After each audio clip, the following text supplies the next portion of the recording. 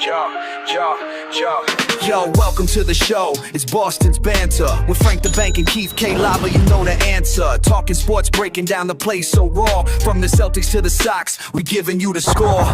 Catch the vibe, we coming live. Filling up your feed, let the passion thrive. Every dunk, every run, we analyze the moves. Shout out to the fans, feel the rhythm and grooves. From Gillette to the Garden, we ain't missing a beat. Frank and K. Lava bring the fire, can't accept defeat.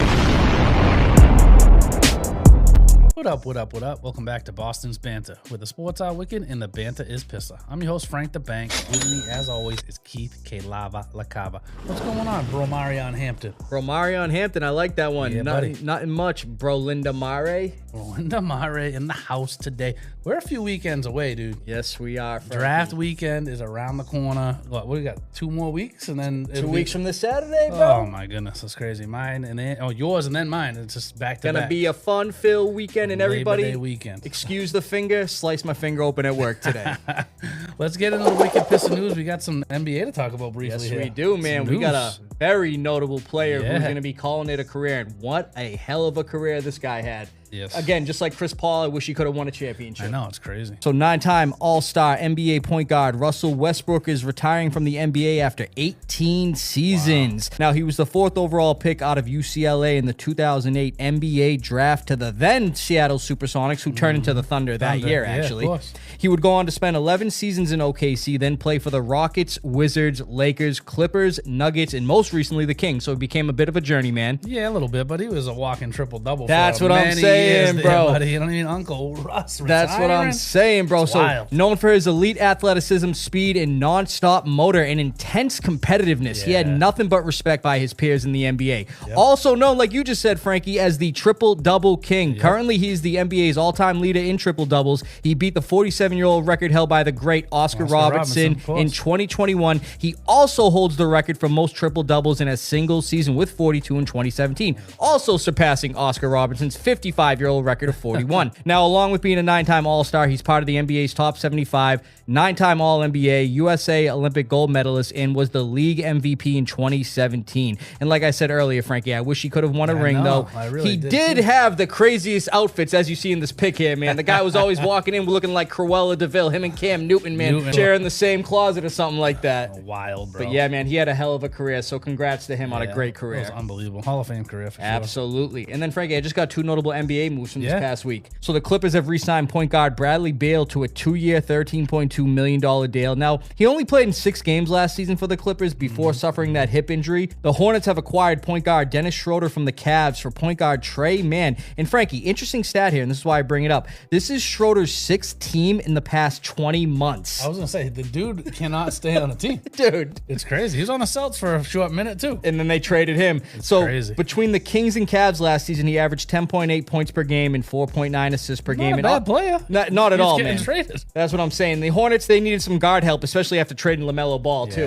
that's I mean, he's true. no LaMelo Ball, but they do need some No, guard depth. Yeah, that helps him. That's right. But Frankie, let's go over to the Red Sox, man. I mean, they've been kind of on a skid, man. 3-7 in the last 10 Yeah. is kind of rough. But I mean, we're still 5 games up for the final wild card spot. We're 3 games back of the first wild card spot. Yankees ahead of us, so we're slowly clawing our way. Hopefully, we can get ahead of them. 67 and 58 overall, 8.5 back at the Rays. But like I said, for second place in the AL East and the first wild card spot, we're only 3 back at the Yankees. So That's right, bro. hopefully we can keep the winning ways going here. But again, this week's been kind of rough. So 5-3 loss to the Blue Jays, a 6-4 loss to the Blue Jays. Then we had a 7-1 win. 7-0 win against the Blue Jays. That was a really good game.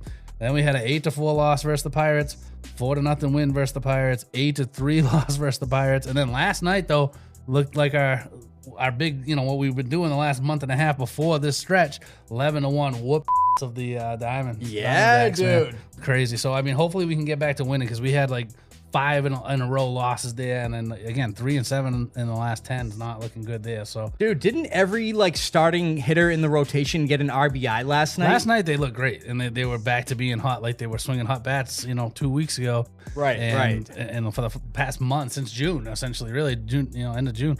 But yeah, this past week and a half was pretty rough. So and Absolutely, again, losing Frankie. 5 straight, and a couple bad teams in there too. So That's what I'm saying. Can't be doing that if we're trying to get in the playoffs and make a run here. But overall, it's been quite a turnaround this year, honestly. Yeah. So I'm excited to see what they can do and get healthy at the right time. That's what I'm saying. Get stay healthy at the hot, right time. you That's know, right. Expecting Roman Anthony to come back. Trevor Story's in rehab Garrett right now. Crochet. I mean, if we can get some of these guys back and just stay hot, man, let's go. We could do some damage. Dude, so. Sonny Gray's looked great, though. 15-3 on the season. He's been unreal, dude. Absolutely. And Peyton Tolley, too. I love that kid, so hopefully they sign him long term. So That's right, Frankie. let's jump into some NFL stuff. You guys a lot of NFL to talk about. Yeah, man, Some we good got moves this week, too. Absolutely. Got quite a bit of NFL news. But before we get into, the Yeah, injuries buddy. and the trades and the free agent signings and all that, actually, we have a notable player who's going to be Notable, now facing a suspension. We've been waiting to hear what it was going to be based off what he did this past offseason. And the NFL finally handed down the suspension. So let's bring it up.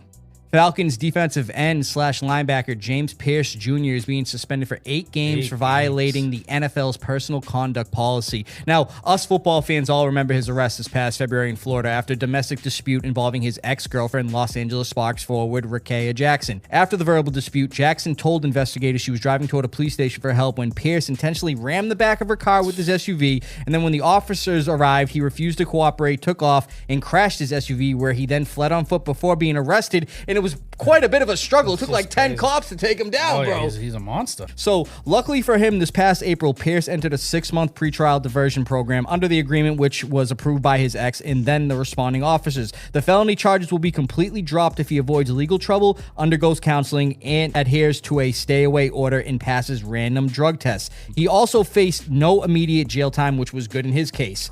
But now, Frankie, the Falcons, who already lost defensive end Jalen Walker for the year to a torn ACL, are now without another young star on their defense for the first 8 games this upcoming season. Mind you, combined with Jalen Walker and him, that's a combined 16 sacks from last season. It's going to be a rough season for Atlanta again. That's what I'm saying. The quarterbacks already look terrible in the one preseason game they played too. It's just, yeah, it's awful. That's what I'm saying, bro. I mean, dude, it's going to be a rough year for Atlanta. Be real rough. Especially Sorry, Armani. when you got Tua and Michael Penix, bro. They're going to be starting Cooper Rush. I mean, Tua was just dumping it off. It's like 2nd and 10, 2nd and 15.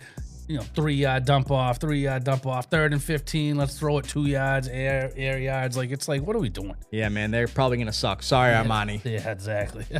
Well, Frankie, speaking of preseason, we got some actually injuries from training camp and preseason this past week. Vikings recently signed safety / linebacker Jamal Adams was carted off the field with a right torn quad in his preseason debut versus the Giants. That's tough. Head coach Kevin O'Connell said it does not look good, and it turned out it wasn't. He's going to be out for the year. Yep. Lions running back Isaiah Pacheco is being sidelined from practices and preseason games as he deals with an MCL sprain. He's expected to be ready for the season opener versus the Saints, but obviously that's not a good look, especially in the summer practices. Saints rookie wide receiver Jordan Tyson suffered a hamstring injury this past Thursday in practice. The injury is concerning because of Tyson's long injury history in college, and it actually sounds like he's going to be out for 2 months. Yeah, that's what I heard too, 2 months. Panthers running back Chuba Hubbard also suffered a hamstring injury and is considered week to week. He'll be all right, though, for week 1. Cardinals rookie running back Jeremiah Love is dealing with a high ankle sprain. It's unlikely he plays again in the preseason, with the team hoping he'll be ready by week 1, but that's also to be determined. Love had actually... That'll be close. Yeah, he had 14 total touches in Thursday's preseason win played a versus the lot. Raiders. He had 58 rush yards and 11 carries and 3 good, catches for 14 yards. So we'll see if he's ready by week 1. The Cardinals are being optimistic he will be. He should be. He's young.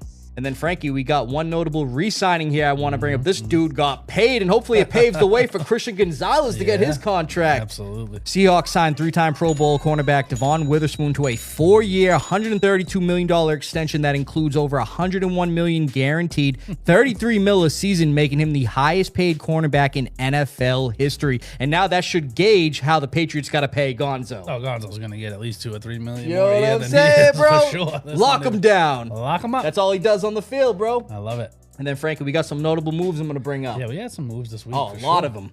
Cowboys signed 8-time Pro Bowl linebacker Von Miller to a 1-year, $5.5 million deal. The star linebacker returns for his 16th season and actually in familiar territory. He attended Texas A&M in college, and now he's back in Texas. Colts signed 6-time Pro Bowl wide receiver Keenan Allen to a 1-year deal that could be worth up to $8.32 million. The veteran wide receiver is entering his 14th season, and last year with the Chargers, he had 81 catches for 777 yards and 4 touchdowns. Signing. I mean, they need the help, honestly. Yeah, especially with Alec Pierce's injury. Pierce is hurt. Giants signed running back Najee Harris to a 1-year deal. They released actually Juju Smith-Schuster to make room for him. That was kind of an interesting signing to me. I didn't think they really needed to do that, but maybe Maybe Scatterboo's not 100%. I don't Yeah, know. and you still got Tyrone Tracy over there too. Yeah, and they have Singletary too, don't they? Oh yeah, that's right. They said, dude, like a crowded running back Saying, room. now they have Najee too. That's kind of wild. Falcons signed 3-time Pro Bowl defensive end Zadarius Smith to a 1-year That's a deal. good signing right there. He comes out of retirement for his 12th NFL season. Panthers signed tight end Darren Waller to a 1-year deal. Smart for them too. That's right. 49ers adding more running backs, and they actually released Khalil Herbert after recently signing him. I thought that was kind of quick to release him that quick. They just signed him too, but they just signed last running back Zamir White to a 1-year, $1.215 million deal. And then, Frankie, this one was surprising, bro, talking about people dealing with legal stuff. The Seahawks have signed cornerback Terrion Arnold to a 1-year deal. Now, we all know his story, but the NFL has officially put him on the commissioner's exempt list, especially after his recent arrest. We don't even need to get into details because we all know what he did. But, Frankie, I got to bring up one thing here. What the did Christian Wilkins do to not be signed yet? You're telling me you got one guy facing potential life imprisonment, and this guy supposedly kissed a player on the head and they haven't signed him yet? What happened in that locker room? That's weird. You know what I mean, bro? I like Wilkins too. Insane. But yeah, Frankie, that's all we got for Wicked Pissah News, brother. Love it.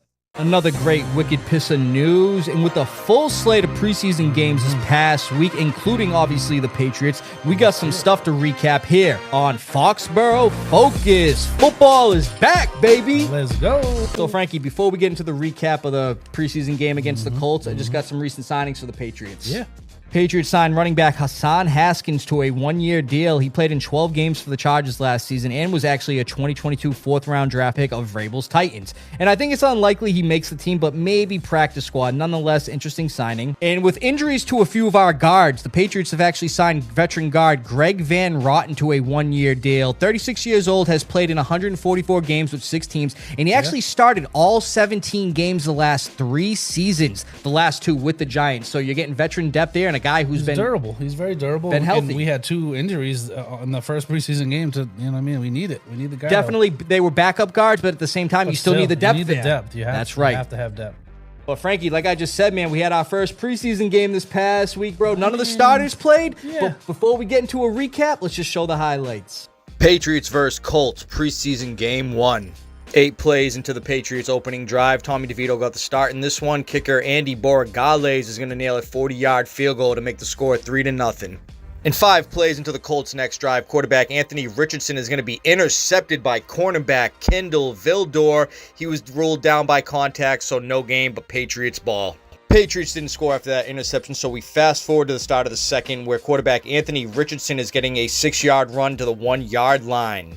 Then on the very next play out of the shotgun, quarterback Anthony Richardson is going to be handing the ball off to running back Seth McGowan, who it looks like gets in the end zone, but no, he ends up fumbling the ball, and the Patriots recover at the 1-yard line. Patriots ball. After a Patriots 3-and-out, the Colts' next drive, 2 plays in, quarterback Anthony Richardson's going to be feeling the pressure, and he's running up the left side, and he's going to be getting a 10-yard gain, but he fumbles and loses the ball. The Patriots recover, and that's 3 first-half turnovers for the Colts. Next Patriots drive after the fumble, and Tommy DeVito out of the shotgun on 3rd and 4 is going to be looking for wide receiver Efton Chisholm, who gets a nice catch for about 20 yards for a first down. Very next play after the big 3rd down conversion, Tommy DeVito is going to be handing it off to rookie running back Jam Miller, who's hitting the left side and getting a big 15-yard gain.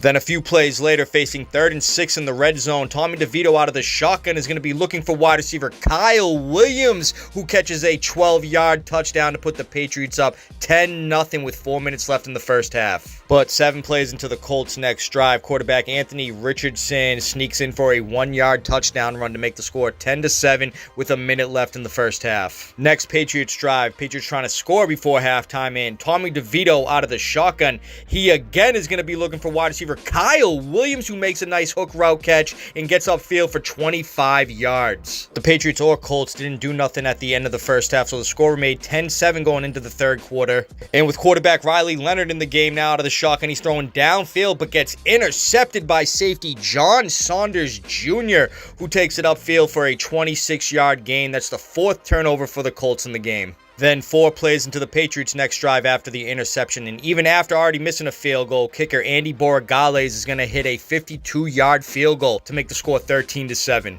And then 3 plays into the Colts' next drive, quarterback Riley Leonard out of the shotgun. He's feeling immense pressure, trying to roll out, but then he's going to get knocked down by defensive tackle Joshua Farmer, the Patriots' only sack of the game. Then after another missed Patriots field goal and a bunch of punts, we fast forward to the middle of the fourth, where kicker Spencer Schrader is going to nail a 46-yard field goal to make the score 13-10. But then we're going to go to a minute and a half left in the game, and the Colts are looking to tie the game down 3, and Spencer Schrader is going to hit a 61-yard field goal to tie the game at 13. And it's the preseason, man. The Colts head coach, he should have just went for it to win the game. Even Drake May was surprised. Look at him. Patriots next drive, rookie quarterback Baron Morton out of the shotgun is going to find wide receiver Kobe Prentice, who gets upfield for 19 yards and then add another 15 for the unnecessary roughness call. Patriots trying to get in position for a game-winning field goal. And with the game on the line with 13 seconds left, game tied at 13, kicker Andy Borregales is going to miss wide left, his 3rd field goal of the game, this time a 49-yarder, and that's going to do it. The Patriots and Colts tie at 13 in preseason week 1. Man, I'm going to tell you right now, though, I still don't agree with Colts head coach Shane Steichen kicking a field goal at the end. They go out and win the game. It's preseason. It's preseason. Yeah, you got to go for it. It's kind of wild. You know what I'm saying? To tie it 13-13, bro. I don't know. The whole thing, I mean, Andres Borregales, he gotta. We'll get into that, bro. I mean, come on now, man. So let's bring up what I noticed from the offense, Frankie. Even though it wasn't the starters, we're still going to bring it up. Of course. Now, I know it's only preseason, but Frankie, too many damn penalties, 4 to be exact, on the offense that wiped out big yardage plays and stalled drives. Let's start here. Rookie tackle Caleb Lomu had an ineligible man downfield penalty that negated a 25-yard gain by fellow rookie tight end Eli Raridan. I liked seeing that. It got called back. Raridan looked good, honestly. There was also a 48-yard play negated due to veteran tackle James Hudson's ineligible man downfield penalty. I mean, you got to clean that up, bro. Come on. I'm not a huge fan of that rule. I mean, I'm not either. It's kind of stupid. I mean, you're supposed to get, 1 yard, whatever. They're out there blocking. I mean, if you get pulled forward, you trip. I mean, you could fall a yard forward for crying out loud. Yeah, I mean, and then they're going to call it. It should be 2 or 3 yards. I mean, it should be like it should be very blatant. You know what I mean? Absolutely blatant. And those weren't. wrong, they weren't. That's what I'm saying. Like, those were kind of like really innocent looking. A 48-yard gain called back for one of them. That rule is so stupid. Honestly. It is so stupid, bro. I thought rookie running back Jam Miller looked pretty good too. Fought for extra yards and got plenty of opportunities. And mind you, with the Terrell Jennings injury who's out for the year, I could see him be our 3rd running back. Wide receiver Kyle Williams looked prime for a good year, Frankie. That's what I'm saying, bro. The kid's nasty. He's going to be a baller in this league. He's going to be buried this year probably. But if he keeps his learning opportunities and doing what he's doing, the kid's got speed. He's a good route runner. We talk about it, you know what I mean, a lot, actually, watching him play. The kid's going to be really good. And mind you, he put on some muscle this offseason, has great speed, and his route running has developed immensely like you were just talking about. Now, he only had 2 catches for 37 yards and 1 touchdown, but he stood out a lot to me, Frankie. Yeah, obviously, he got underthrown on one he could have been gone. That's what I'm saying, way underthrown by, what's his face there, David Bro. He underthrew him by like 5 yards. So, like, let's be real. He could have had 2 TDs. That's right. And 90 yards. That's right. And lastly, I'm glad. Speaking of Tommy DeVito, bro, he's obviously slated to be our backup. Yep. Hope we don't have to use him, but I'm glad he's there because he looked pretty good. He's not a bad player at all. I like him actually too, and he's one of those guys that has the heart, if you will. But it's like he played really well. That was an underthrown ball. I mean, it was obviously the first preseason game, but he made some good reads there. He played good. I thought he played good. And then Frankie, let's bring up what I noticed from the defense.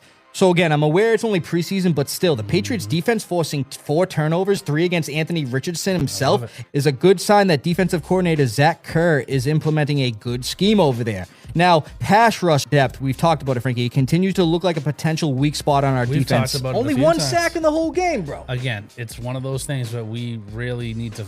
We need somebody. We need somebody there to step up or go out and sign somebody because that's going to be one of our weak spots. Absolutely. And rookie 5th-round pick cornerback Karan Prunty showed good physicality in this game, even blowing up a wide receiver screen on 3rd and short, forcing 4th down. I like seeing that out of the kid, man. Awesome. And then, Frankie, we usually don't bring up special teams, but like you were talking about with Andy Borregales, we got to bring this up, bro. What's he doing out there? Kicker, Andy Borregales was 2 for 5 on field goals, missing from 56, 55, and as you saw in the highlights, the potential game winner from 49 yards with 13 seconds left. I mean, you got to at least make the 49-yarder to win the game. Vrabel even said this. And Andy missed a couple of field goals today. What was your message to him? 3. I don't have a message. I mean, we're expected to make them. That's pro football. You know, they're banging them in from 60 yards. They got 2 kickers on the roster, so Andy knows that we have to make those field goals. And I heard a few days after that game, Frankie, that Vrabel challenged him and had him kicking on the skinny goalpost, and he actually went 6 for 6 in practice. Listen, those aren't chip shots. It's the first preseason game, but again, kicking, you're only as good as your last couple of kicks, because in this league, they change kickers like people change underwear sometimes. So let's be real. Yeah. It's kind of crazy, and you can't miss all those. I mean, none of them are chip shots, but again, like you said, 49 yards, you're at home. You had 2 other chances to hit a 55, 56. I mean, again, those aren't chip shots, but one of those 3 should go in. I mean, he hit 2 of them that were 50-plus yards. I mean, you missed the 49. I mean, one of them, dude, was just gross looking. He completely shanked it. I'm saying. I thought it got blocked. No, it was bad. So. Bad, Frankie. Yes, sir. But yeah, we got the upcoming game, preseason game 2 versus the Eagles this Saturday, so we'll see how they look, Frankie. Can't wait. That's it, brother. Man, another great Foxboro Focus. We got an awesome lava round today. We got some running back sleepers tonight. Yes, sir, Frankie. Last week we did the quarterbacks. This week we got the running backs. I love it. So before we get into our sleeper picks, bro, we're going to bring up the top 10 running backs, courtesy of ESPN PPR rankings, Frankie. So how about you break that down for us? I love it. You know who's at number 1? Jahmyr Gibbs. Yep. Bijan at 2. Those guys are kind of interchangeable to me. Either one of them is going to go off this year. They got CMC at 3, Jonathan Taylor, JT at 4, Devon A-Chain at 5. That's an interesting one. James Cook at 6, Jeremiah Love at 7. That's very interesting. That's interesting. He's going to fall a little bit now because of the high ankle sprain, I'm sure. Right. But he should be ready for week 1. Ashton Jeanty at 8. They got Saquon at 9, and they got Derrick Henry at 10. Interesting. Kind of wild. Jeremiah Love's above those guys. I know, it's crazy. Yes, sir. I mean, they're expecting big things from him. But why don't we get into some sleepers? We'll do 3 each this week. Why don't you start? Who's your first one? So somebody I'm looking at taking as a sleeper, Frankie, is Jags running back Bashel Tuitt. Yeah, I like that one. So currently listed as the 22nd running back with an ADP of 59 in ESPN positional PPR rankings, and I think this kid takes the next step this season given the opportunities. Yeah. Now, his rookie year last season, he only had 83 carries for 307 yards, but an impressive 7 total touchdowns, and that was with him being behind Travis Etienne all year, and even Tank Bigsby for 5 games before he got traded to Philly. Going into this season, Frankie, he's listed as RB1, and yeah, the Jags went out and got former Commanders running back Chris Rodriguez as well, but I don't think that'll be an issue for Tuitt. With his build, a smaller 5'9", but 209 pounds with an electric 4.32 40-yard speed and a 40.5-inch vert, both led all running backs in the combine last season, and averaging 3.2 yards after contact, this kid has all the intangibles to be a productive back this season. I mean, look at last season, 7 touchdowns and limited opportunities. This year I see more, especially in the red zone with his power. I think Tuitt makes his draft stock rise for the 2027 season. He should have a great year, Frankie, in my opinion. I like it. I'm actually taking the guy right behind him in rankings. I'm going DeAndre Swift. He's ranked 23 overall. He was RB 15 last year. Ben Johnson's system always seems to do well with running backs, right? So, I mean, it just makes 0 sense to me to be at 23. He had 1,087 rushing yards last year, 9 TDs, 1,386 total yards. Again, RB 15. He's a good catching back. He played only in 16 games, still put up crazy numbers. He averaged 4.9 yards a carry last year. That's awesome. And over the last 3 seasons, he has not finished lower than RB 20. So I'm not sure how he's getting ranked 23rd. Again, Ben Johnson, to me, he's going to let the kid eat. He averaged almost 5 yards a carry last year. Again, and I feel like even if they have a tough schedule this year, they might be playing from behind. He's going to be on the field a lot more than anybody else because he's the favorite for catching balls. So, and Ben Johnson worked with him in Detroit too. And that's what I mean. He was awesome when he was with Ben Johnson in Detroit too. So I mean, I feel like 23rd is way too low for DeAndre Swift. That's just crazy to me. So absolutely, Frankie. Why don't you go with your second? Who you got for your number 2? Yeah, I got a rookie here, Frankie. Okay. Shadarian Price of the Seahawks. Yeah, that's a good one. So this year's 32nd overall pick in the NFL draft has great potential for success given the running back situation in Seattle and could even seize an overall lead back role. Currently listed as the 26th running back with an ADP of 63, he brings great value for his draft position. Now, Kenny Walker is obviously gone, and with Zach Charbonnet recovering from a torn ACL very late last season, mind you, that was in the divisional playoffs to be exact. Yeah, he's going to miss some time. That's what I'm saying. Price has a very clear path as RB1 with significant early down volume. While Charbonnet is out, the other running backs behind him are George Halani and former Packers running back Emmanuel Wilson. Now, I know those guys will get opportunities. Yeah, Wilson's good. Wilson's a good ball. He is, and he'll get his opportunities, but the running attack will lead on Price, who nice, analysts have compared his explosive running style to a prime Dalvin Cook. Another interesting aspect of this is it's a rare first-round running back selection for the Seahawks by GM John Schneider, and that tells me Seattle has big plans for this kid. He was also the second-ranked running back prospect in the draft, behind only Notre Dame teammate Jeremiah Love. And I'd definitely say the price is right. No pun intended, Frankie. I like that. That's a good one. I'm going to actually go with David Montgomery. He's listed at ranked running back 24. So, I mean, Demo. he just needs to be higher. I mean, let's just be real. He's got, they're going to be a run-first offense, which I like. You know what I mean? He's going to kind of look like what Joe Mixon did in 2024 is how I see him, them using him. So, currently, he was 27th last year, but he wasn't on the field as anywhere near as much because Gibbs was ranked so high and was out there a lot. But he's still, we talked about it before, he had 8 touchdowns, which was tied for top 15 for running backs. D'Amico Ryans has already come out and said he is a true number 1 running back. I expect him in a workhorse role. This offense, again, which should be very run heavy. I think he's going to be a top 15 to 18 guy this year. 24 is too low. So again, Joe Mixon in 2024 for Houston, again, before he got injured, was 5th in opportunity share and 13th in carries overall. So I expect David Montgomery to have a much better season than 24th overall. Again, he was 27th last year, and he still had 700 or 800 yards behind, the best running back in football. Right. So D'Amico Ryans in that offense, he's going to be playing well, and I expect him to put up numbers just like Mixon kind of did a couple of years ago. So I think that he's 24th way too low for him. So Yeah, I think they'll lean on him, especially going out and trading for him like they did. They obviously got big plans for the kid. Yeah, absolutely. Why don't you jump into your third and final? What do you got? Yeah, I got a veteran here, Frankie, the guy who was banged up last year, but I think he bounces back. And obviously, I know he's in a timeshare, but at the same time, man, where you can draft this guy, why pass on him? So I'm going to say Alvin Kamara. I mean, I like it because honestly, I thought about taking him too. He's getting drafted so low. That's what I'm saying, bro. I think he's going to actually eat this year too. So now times are changing when we have to start considering Alvin Kamara as a sleeper. Now at 31 years old and being in a timeshare, like I just said, with the newly signed Travis Etienne, he's listed as the 44th running back with an ADP of 138. You could find value with him in round 12, for Christ's sake. That's crazy. Now, last season with injuries, his numbers took a big dip. Only 11 games played, 471 rush yards, and only 1 total touchdown. So it makes sense why he dropped, but I think having ETN there will help his case for having fresh legs too,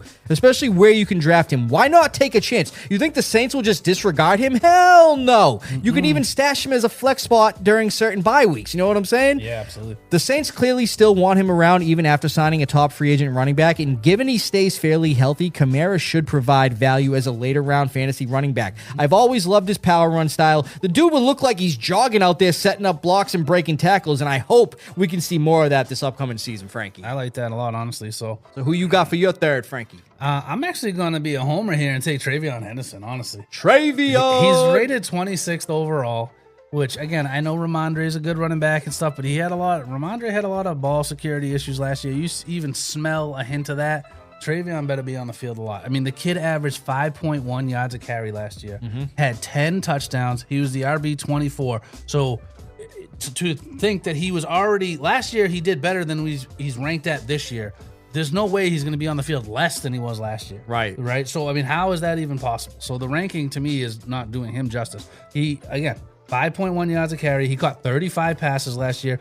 And the offense, with all the signings this offseason, is definitely going to be more pass heavy than it was run heavy last year. Right. I think Drake May is going to be let loose. You got A.J. Brown, Dobbs, and now you got Travion coming out of the backfield too. I feel like he's going to have more catches this year. He'll have more opportunity. And again, just his yards per carry is insane. If again, Ramondre, great running back, short yardage guy, but this kid is absolutely explosive. Electric, bro. It's just unbelievable watching him play. Every time he touches the ball, he could be gone. We saw it in that Bucks game, bro. Twice he took it like over 50 yards for a touchdown. It's just, to not have him on the field is insane, especially if you're in a dogfight. Like, this kid needs to be out there, and I expect him to be out there a lot more than he was last year, and he was already last year finished higher than when he is rated this year. So that's right. To me, I feel like he's going to have a much better season than 26th overall. So that's why I'm going Travion Henderson. Guy almost had 1,000 yards, bro. That's with crazy. Mind you being in a timeshare as well. Yeah, he had the split was Ramondre was definitely getting the ball a lot more than I thought he should, and I love Especially Ramondre early on. That's what I mean, especially in the first like 7 weeks. It was crazy. So 6, 7. No. Here we you go. know what I mean? But I think he's going to have a great season, and that offense should be on all firing on all cylinders this year. I agree, Frankie. I love it.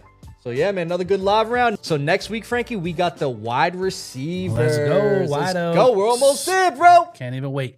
Another great live round, another great show, man. It's right around the corner, bro. Every week, right around the corner. It's so close. I can taste it. I know, man. We're excited, bro. I can't Saturday, even- Sunday. I can't even wait, man. I can't even wait. And thank you guys for liking, subscribing, and all. You hear that, Frankie? Yeah, it's like weird. What is that? Like a crackling noise or something? I don't even know, Frankie. Just finish your line. Like I said, thank you guys for liking, subscribing, and dude, what what the is going on, dude? I don't know, dude. I mean, it sounds like it's coming from under the desk. Well, Frankie, how about you go check it out and use your phone light too when you go down there? You're right. You're right. What the hell? Oh, yo, something's not right, bro. Something's not right. Frankie, what the is going on? I don't know, man. Something under there. Come on, Frankie, stop playing. I mean, just look for yourself, bro. Like, Okay. if you dare. All right. What the? I told you. Frankie, what the hell is it You this know week? what it is. Insidious out of the further. This looks scary as all hell. What the hell is going on under our desk, though, bro? I don't like it. I don't like the sound of that, Frankie. No, not at all. Dude, we got to get out of here, Yeah, Frankie. absolutely. From Beantown to your town, stay wicked Pissah. From Foxboro to your bro. Thanks for listening, everybody. We're going to see you next week. Oh. Yo, Frankie. Frankie! Oh, okay, the lights are back on. Frank, where the did you go?